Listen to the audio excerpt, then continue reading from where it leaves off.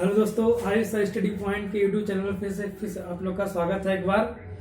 जैसा कि मैं आप लोग को मैथ के ट्रिक बता रहा था, तो आज मैं एक नया टॉपिक शुरू करने जा रहा हूँ। टॉपिक क्या, मैं नया सब्जेक्ट ही शुरू करने जा रहा हूँ। तो आज का नया सब्जेक्ट है जो आपका नागरिक शास्त्र, इसको हिंदी में कहते हैं, और इंग्लिश में है सिविक्स। ठीक है, तो इसमें मैं बताऊंगा कि भारत में कैसे मंत्रिमंडल का विस्तार होता है, कैसे भारत की सत्ता चलती है। ठीक है, हालांकि किसी भी देश की सत्ता चलाने के लिए सबसे बड़ी चीज है कि वहां पे किस तरह की व्यवस्था की गई है। ठीक है, तो जैसे अपने भारत के लोग लेते हैं, तो भारत में जो क्या होता है ना, सरकार जो होती है वो 3 तरह की है। सरकार के हमारे 3 अंग है इंडियन गवर्नमेंट के। क्या क्या है जानते हो सब लोग आप लोग? पहला देखो, एक क्या है आपका कार्यपालिका। ठीक, एक है कार्यपालिका। दूसरा क्या है, व्यवस्थापिका।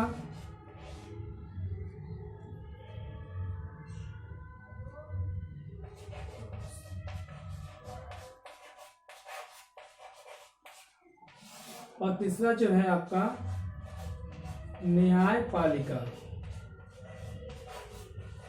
ठीक है, ये इसके 3 अंग होते हैं, कार्यपालिका, व्यवस्थापिका और न्यायपालिका।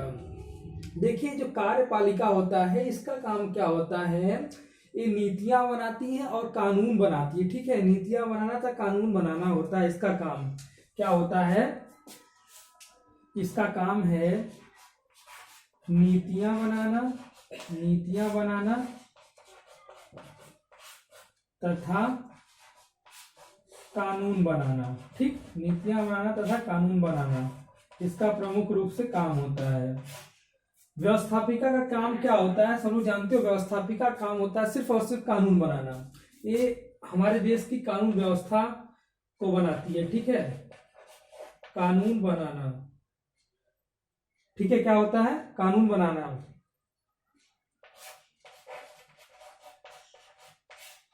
और न्यायपालिका का क्या काम होता है, हमारे देश की जो संविधान है, संविधान क्या होती है, व्याख्या करना। ठीक है,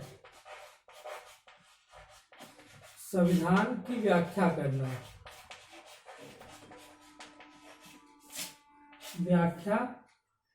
करना, ठीक,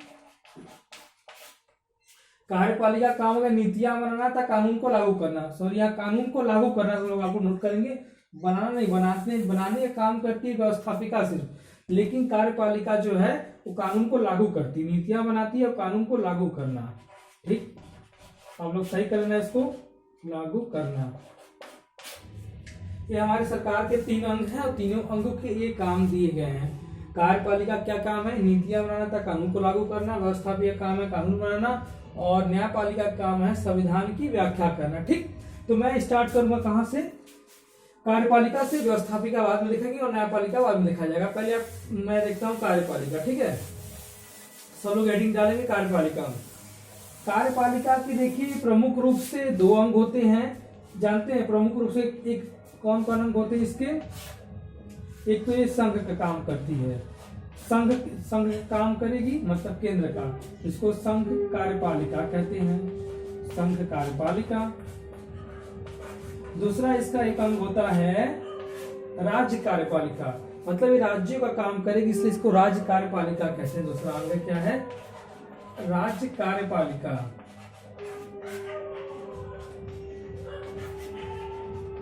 ठीक, एक संघ कार्यपालिका, दूसरा राज्य कार्यपालिका। संघ कार्यपालिका के प्रमुख जो अंग होते हैं, देखिए क्या होता है, इनको हम लोग, इनका जो अनुच्छेद होता है, अनुच्छेद 52 से लेके 151 तक होता है। और इसका देखिए जो होता है अनुच्छेद 153 से लेकर के, पूरा टोटल 153 से लेकर के 167 के बीच होता है। तो इसमें आते कौन कौन है, देखिए इसमें आपका कौन कौन आता है। तो पहला आपका आता है राष्ट्रपति। ठीक है, राष्ट्रपति के बाद आपके आएंगे कौन, यहाँ पे प्रधानमंत्री आएंगे। ठीक है, कौन आता है, प्रधानमंत्री आते हैं। उसके बाद कौन आता है, संघ मंत्री परिषद आएंगे इसमें। ठीक है, संघ के मंत्री परिषद आएंगे। ठीक है, कौन आएगा, संघ के मंत्री परिषद आएंगे। ठीक, फिर अगला इसमें कौन आता है, उपराष्ट्रपति भी आएंगे, ठीक है, उपराष्ट्रपति भी इसमें आएंगे, ठीक है। फिर इसमें अगला कौन आता है, तो अगला इसमें में महान्यायवादी आते हैं। कौन आते हैं, महान्यायवादी आते हैं। कौन आएंगे, महान्यायवादी। तो इतने लोग आपके संघ के में आ जाते हैं। और राज्य की बात करें तो राज्य में देखिए सबसे पहले कौन आएगा, तो राज्यपाल आता है, ठीक। राज्य में कौन आता है, राज्यपाल आएगा, ठीक।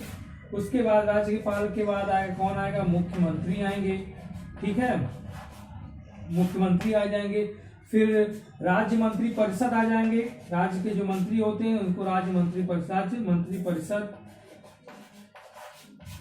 ठीक, राज्य मंत्री परिषद आ जाएंगे, ठीक।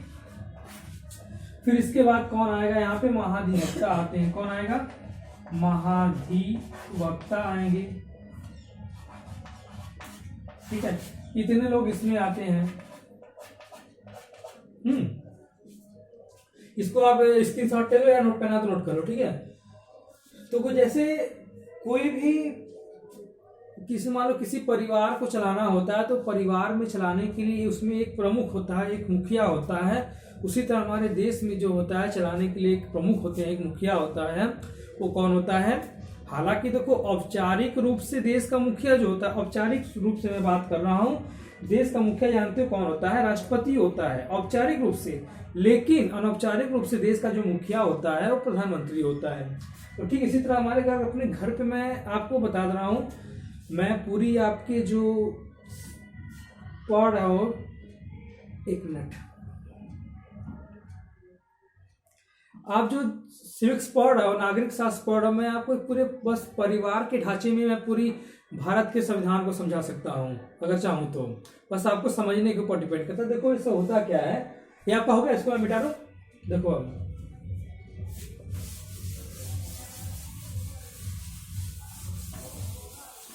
देखो होता क्या है, जैसे मान लो आपके परिवार में कौन कौन होते हैं, आपके पिताजी हो गए, ठीक है, पिता हो गए आपके, माता, ठीक, ये आपके पुत्र हो गए, मतलब पिता के पुत्र और एक पुत्री।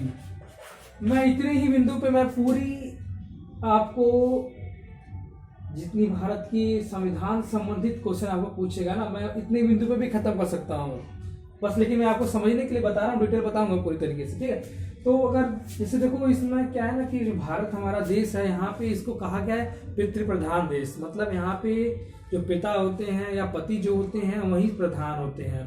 उसी तरह हमारे देश में भी नियम लागू है। हमारे देश में क्या है देखो, तो अगर आप देखोगे तो ये राष्ट्रपति हो गए, ठीक, के बाद प्रधानमंत्री है, ठीक है, प्रधानमंत्री के बाद मंत्रिपरिषद को ले लो। देखिए हालांकि मंत्रिपरिषद मैं लिख रहा हूँ, ठीक, देखिए हालांकि इन दोनों से ही काम होगा, इनसे तीसरे कैसे कोई लेना देना है नहीं, उतना है इन दोनों का ही काम, माता पिता का ही मेन काम है। देखो होता क्या है, मैंने आपसे कहा कि भारत जो है पितृ प्रधान देश है, लेकिन आज के समय में अगर आप क्या है ना, मुझे देखो डाटा निकालने का बहुत शौक है कि मैं डाटा निकालता हूँ। अगर मैं 100 व्यक्तियों का आप डाटा ले लो, मैं 100 व्यक्तियों का कोई भी आप डाटा कर लेके चेक करो, क्या ये जो हस्बैंड है और ये वाइफ है, तो आप इनसे अगर अकेले में बात करना चाहोगे कि सर आप खुश है शादी करके, तो एक कहेंगे कि अकेले में, इनके सामने नहीं, वाइफ के सामने नहीं, अकेले में बात करिए, कहेंगे नहीं खुश नहीं है। तो सेम है, मतलब खुश नहीं है, लेकिन फिर भी इनके पूरे आदेश का पालन करते हैं, जो ये कहेंगी वो इनको करना पड़ेगा, जान जाओ, नहीं फिर घर से निकाल दिए जाएंगे समझ रहे आप सब लोग। तो सेम यहाँ पे भी होता है, हालांकि पूरा मालिक होता है पिता, लेकिन ये बिना इनके आदेश के अनुसार कोई काम नहीं करता है, ये भी जान जाओ। सेम कंडीशन यहाँ पे भी बनती है, देश का पूरा मुखिया होता है राष्ट्रपति, समझ लो, लेकिन हर काम में बाधा बनते हैं कौन, ये। जब तक ये जो काम कहेंगे वही ये काम करेंगे, अपने मन से भी काम नहीं कर सकते, कोई ये काम अपने मन से नहीं कर सकते। इनका मन भी है कि मैं ये अध्यादेश लाना चाह, मैं कोई भी नियम या कानून बनाना भी चाहता हूँ, तो अपने मन से कभी नहीं बना सकते हैं। इनको सहमति लेनी पड़ेगी यहाँ पे, ठीक है, कि क्या करूं मैं, बनाऊं कि नहीं बनाऊं। तो फिर ये जो है मंत्रिपरिषद से गठन होगी, इसमें अभी और आगे पढ़ोगे, जो सदन हमारे होते हैं, लोकसभा हो गया, राज्यसभा हो गया, विधान परिषद हो गया, सभी जो सदन आते हैं इनसे राय विचार विमर्श होगा। उसके बाद इनके पास जाएगा तो ये कहेंगे ठीक है मैं साइन कर दे रहा हूँ, ठीक है, ये चीज होता है। तो आप यहाँ इस चीज समझो कि ये जो यहाँ पे, क्योंकि परिवार में इन्हीं का चलता है, देखो परिवार में ये जो है सिर्फ इन्हीं का बोला वाला रहता है। इसी तरह हमारे देश में प्रधानमंत्री का ही सिर्फ बोला वाला होता है, एक प्रधानमंत्री जो चाहे सो करवा दें, समझ लो। इसलिए औपचारिक रूप से मुखिया है और अनौपचारिक रूप से मुखिया एक कहे जाते हैं, ठीक है। आइए अपने टॉपिक की ओर चलते हैं। तो देखो स्टार्ट करते हैं राष्ट्रपति से ही हम लोग, फिर धीरे धीरे आगे की स्टार्ट की जाएगी कार्रवाई क्या हो रही है। तो चलो ध्यान दो, राष्ट्रपति।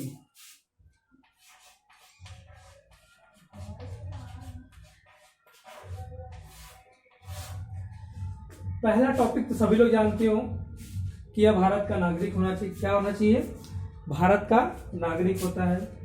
पहले मैं बता रहा हूं कि राष्ट्रपति जो पद होता है, इस पद की क्या क्या संभावना होती है, मतलब क्या क्या होते हैं, इस पद के महत्व क्या है, ये बताऊंगा कि राष्ट्रपति का चुनाव कैसे होता है, फिर राष्ट्रपति बनने की योग्यता कैसी होती है, सब बताऊंगा। पहले राष्ट्रपति के बारे में जानो कि राष्ट्रपति के होता क्या है।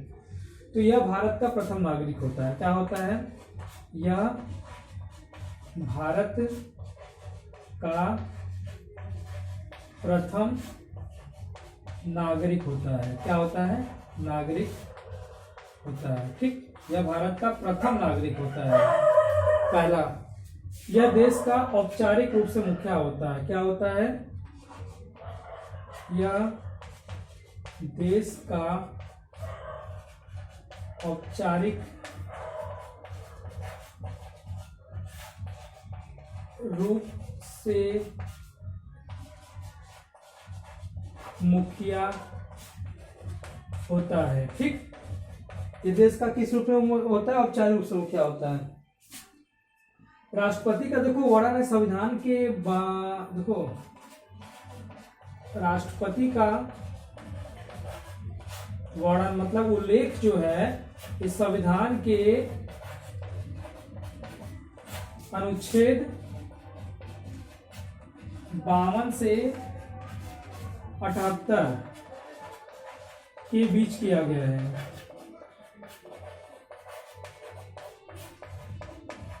ठीक, के बीच किया गया है। अब आपको अगला क्वेश्चन है कि टॉपिक है कि राष्ट्रपति बनने की योग्यता क्या होनी चाहिए। सबका हो गया? इसकी साथ लो, मैं हट जा रहा हूं, ठीक।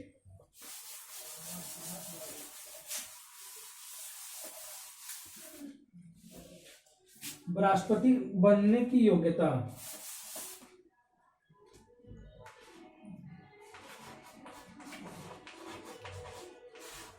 भाई योग्यता तो बहुत जरूरी है।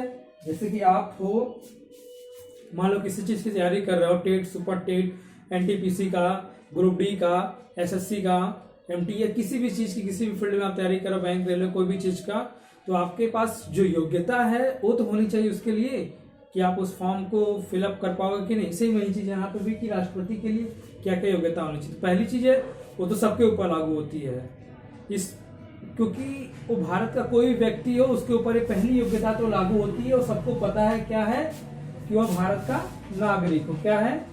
कि वह भारत का नागरिक हो, ठीक, वह भारत का नागरिक हो, पहला। दूसरा भी आप जानते हो, जैसे आप कहीं एक जगह जॉब कर रहे हो, सोच रहे हो दूसरे जगह फिर जॉब करने के लिए, तो आपको पहले वाले जॉब को छोड़ना पड़ेगा, इसलिए सॉरी, इसलिए वो किसी लाभ के पद पर ना हो। अगला होगा वह किसी लाभ के पद पर न हो। चौथा, आप सभी जानते हो पागल या दिवालिया ना हो, ये तो लिखने की बात नहीं है लेकिन मैं लिख दे रहा हूं कि वह पागल या दिवालिया ना हो, ठीक। अगला, उसकी उम्र 35 वर्ष की हो, 35 वर्ष की हो, ठीक है। उसकी उम्र कितनी हो? 35 वर्ष की हो। और वह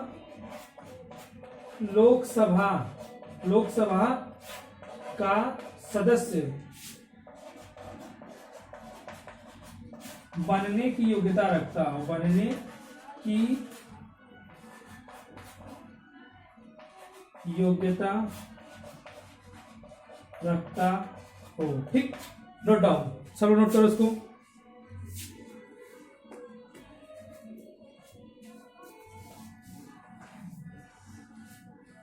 हो गया। अब देखो मिटा दूं।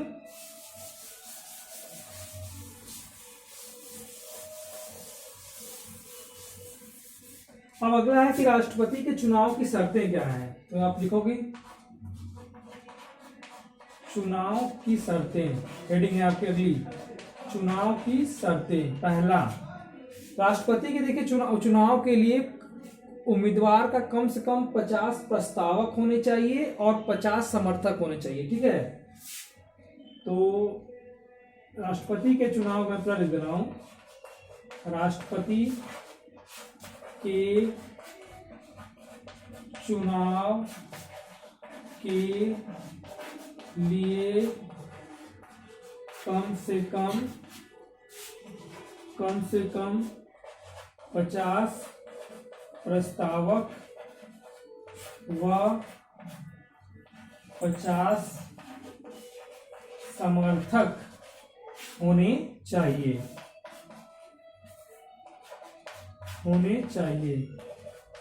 ठीक, नोट डाउन, 50 तो समर्थक होने चाहिए और 50 तो प्रस्तावक होने चाहिए राष्ट्रपति के चुनाव के लिए। ठीक है, अगला है क्या है, अगला राष्ट्रपति के चुनाव के उम्मीदवार को भारत के आरबीआई, जानते हो ना, केंद्रीय बैंक जो होती है आरबीआई से, उसे 50,000 रुपए जमानत राशि के रूप में भी जमा करना पड़ता है। ठीक है,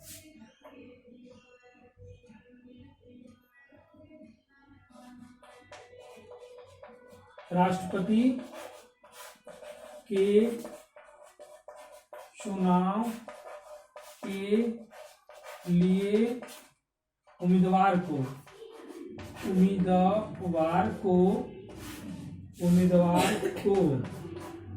केंद्रीय बैंक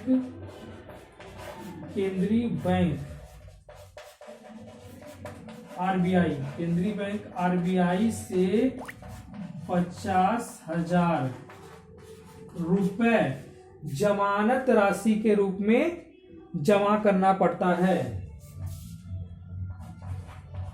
जमानत राशि के रूप में जमा करना पड़ता है। ठीक, नोट डाउन, सब नोट करो उसको।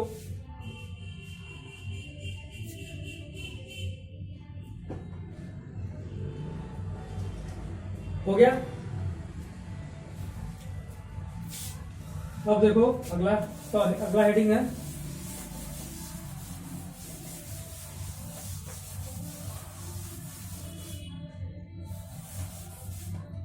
राष्ट्रपति का निर्वाचन। राष्ट्रपति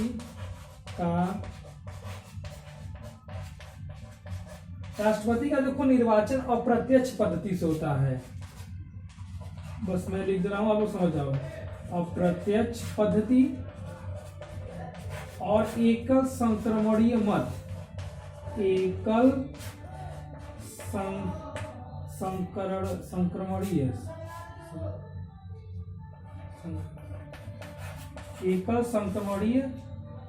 मत, मतलब समझ रहे हो। देखो अप्रत्यक्ष में एक चुनाव होता है प्रत्यक्ष और एक चुनाव होता है अप्रत्यक्ष। तो प्रत्यक्ष का मतलब जिसको डायरेक्ट चुना जाता है। ठीक है, प्रत्यक्ष का मतलब क्या होता है, जिसको हम लोग डायरेक्ट चुनते हैं, चुनाव होता है, इसका डायरेक्ट चुनाव किया जाता है। लेकिन अप्रत्यक्ष का मतलब इसको डायरेक्ट हम लोग चुनते नहीं है। ठीक, और इसी तरह मतलब जो प्रत्यक्ष अप्रत्यक्ष से तात्पर्य है कि जिसको डायरेक्ट जनता वोट दे वो प्रत्यक्ष होता है, और जिसको डायरेक्ट जनता वोट ना दे, ठीक है, मतलब जनता जिसको वोट दे रहे और वो व्यक्ति जीता रहे, वो फिर वोट करे राष्ट्रपति के लिए या किसी भी पद के लिए, तो उसको कहते हैं अप्रत्यक्ष पद्धति। लेकिन जहां जनता आ जाती है, पब्लिक आ जाएगी, वहां प्रत्यक्ष पद्धति होता है। और एकल संक्रमणीय मत का मतलब क्या होता है कि जैसे मान लो देने के लिए जैसे कि 4 नाम हैं A B C D, ठीक है, ये 4 नाम हैं, जो भी नाम है, इन्होंने राष्ट्रपति पद के लिए अप्लाई किया है, ठीक है, जो भी है मतलब, ठीक, मतलब योग्यता बता दिया मैं क्या क्या योग्यता होनी चाहिए, ठीक है। तो लोकसभा का नागरिक बनने की योग्यता रखता हो तभी, ये अगर चारों व्यक्ति लोकसभा का नागरिक बनने की योग्यता रख रहे हैं और कम से कम 35 इनकी उम्र हो चुकी है, ठीक है, तो उसके बाद एक चारों ने अप्लाई किया। अब क्या होगा कि जब यहाँ इनको वोट पड़ेगा, वोट कौन कौन देता है इनको देखो, दोनों विधानसभा जो संसद होती है, लोकसभा और राज्यसभा, और विधानसभा और जो विधान परिषद होती है वो इनको मिलकर वोट देती है। और जो पुडुचेरी या जो केंद्र शासित राज्य है पुडुचेरी और दिल्ली, वहां से भी इनको मत प्राप्त होता है। तो होता कैसे है, जैसे कि मान लो कोई सब लोग वोट देना स्टार्ट किए, तो जितने लोग हैं सब लोग सबको वोट देंगे, सब लोग सबको वोट देंगे। लेकिन यहाँ पे डिपेंड होता है कि सबसे पहले कौन किसको चुने। से मान लो मैं अपना एग्जांपल ले रहा हूँ, मैं मान लो लोकसभा का कोई हूँ, मैं दे रहा हूँ, ठीक है, इसमें वोट इनको, तो मुझे क्या है ना बी पसंद है, तो मैं इनको बी को फर्स्ट प्रायोरिटी दूंगा, प्रायिकता मैं इनको दूंगा, फिर 2 नंबर पे इनको रखूंगा, 3 नंबर पे इनको, 4 नंबर पे इनको। अगला व्यक्ति कोई और है, वो क्या कहेगा, वो भी मान लो इनको ही फर्स्ट देगा, फर्स्ट इनको दे दिया, सेकंड इनको दे दिया, थर्ड इनको दे दिया, फोर्थ इनको दे दिया। अगला व्यक्ति है वो क्या करेगा, फर्स्ट इनको दे दिया है, सेकंड इनको दे दिया है, थर्ड इनको दे दिया है, फोर्थ इनको दे दिया है। अब अगला कोई और व्यक्ति है, वो फर्स्ट इनको दे रहा है, सेकंड इनको दे रहा है, थर्ड इनको दे रहा है, तो फोर्थ इनको दे रहा है, ठीक। इसको एकल संक्रमणीय मत कहते हैं, ठीक।